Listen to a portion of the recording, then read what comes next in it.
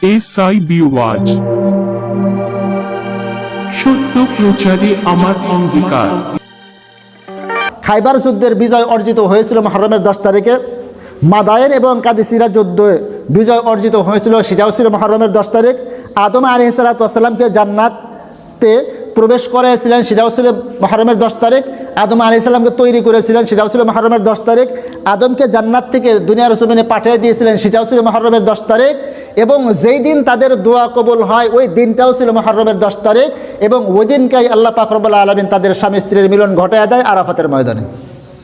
এই দিনটাও ছিল মুহররমের 10 তারিখ। হযরত নূহ আলাইহিস সালামকে তুফান এবং প্লাবন থেকে পরিত্রাণ দেন, মুক্তি দেন, সেটাও ছিল মুহররমের 10 তারিখ। হযরত সুলাইমান আলাইহিস সালামকে হারানো বাদশাহী আবার ফিরিয়ে দেন, সেই দিনটাও ছিল মুহররমের 10 তারিখ।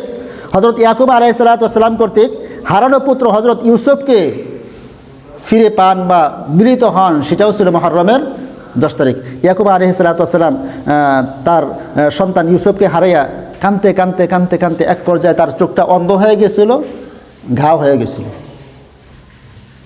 যখন তার ভাইয়েরা ইউসুফ আলাইহিস সালামকে শত্রুতা করে তাকে কুয়ায় ফেলাই দিয়েছিল, একটা কাফেলা, বাণিজ্য কাফেলা এসে তাকে সেখান থেকে উঠে নিয়ে গিয়েছিল।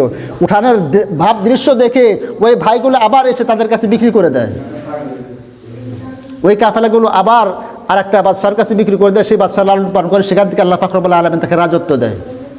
রাজত্ব দেওয়ার মালিকও আল্লাহ, আবার কায়রা দেওয়ার মালিকও আল্লাহ। তো ভাইরা কেউ দেখতে পারলো না, তাকে বিক্রি করে দিল। আল্লাহ পাক রব্বুল আলামিন তাকে সম্মান দিবে, ইজ্জত দেবে, যার কারণে আল্লাহ পাক রব্বুল আলামিন তাকে মিশরের বাদশাহেও দিয়েছিলেন। তো যাই হোক, নবী পাক সাল্লাল্লাহু আলাইহি ওয়াসাল্লাম মক্কা থেকে হিজরত করে মদিনা চলে গেছেন, সেই দিনটাও ছিল মুহররমের 10 তারিখ। কিয়ামত হবে মুহররমের 10 তারিখে। আকাশ থেকে সর্বপ্রথম বৃষ্টি বর্ষিত হয়েছিল, সেটাও ছিল মুহররমের 10 তারিখে। সর্বশেষ বলতে চাই, হযরত হুসাইন রাদিয়াল্লাহু তাআলা আনহু কারবালা প্রান্তরে শহীদ হয়েছিলেন, তার পরিবারবর্গ সহ, তার বন্ধুবান্ধব সাথী যারা ছিলেন, নবী প্রেমিক যারা ছিলেন, সকলের লোকজন সহ, সেটা ছিল মুহররমের 10 তারিখ। হযরত হুসাইন রাদিয়াল্লাহু তাআলা আনহু সর্বশেষ যখন তাকে সীমার গলা কেটে হত্যা করে, শহীদ করে দেয়, সামনের দিকে ছুরি চালায়, ছুরি চলে না।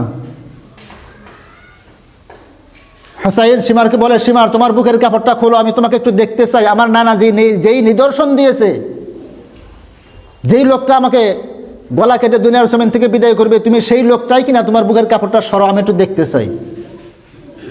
যদি তুমি সেই হও তাহলে তোমার সুযোগ দেব, যদি তুমি সেই না হও তাহলে তোমাকে সুযোগ দেওয়ার কোনো প্রয়োজন নাই, তুমি সরে যাও।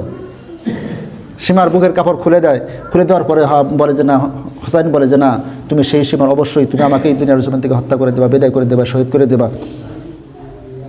সীমারকে বলে, হুসাইন ও সীমার, তুমি আমার বুকের থেকে একটু সরে দাঁড়াও, কারণ যেই দেখতে ছুরি চালাইছো, কিয়ামত পর্যন্তও যদি চেষ্টা করো ছুরি চালাইতে পারবা না, কারণ এই জায়গায় আমার নানাজি কত শতবার চুমো খেয়েছেন, তার কোনো সীমারেখা নেই।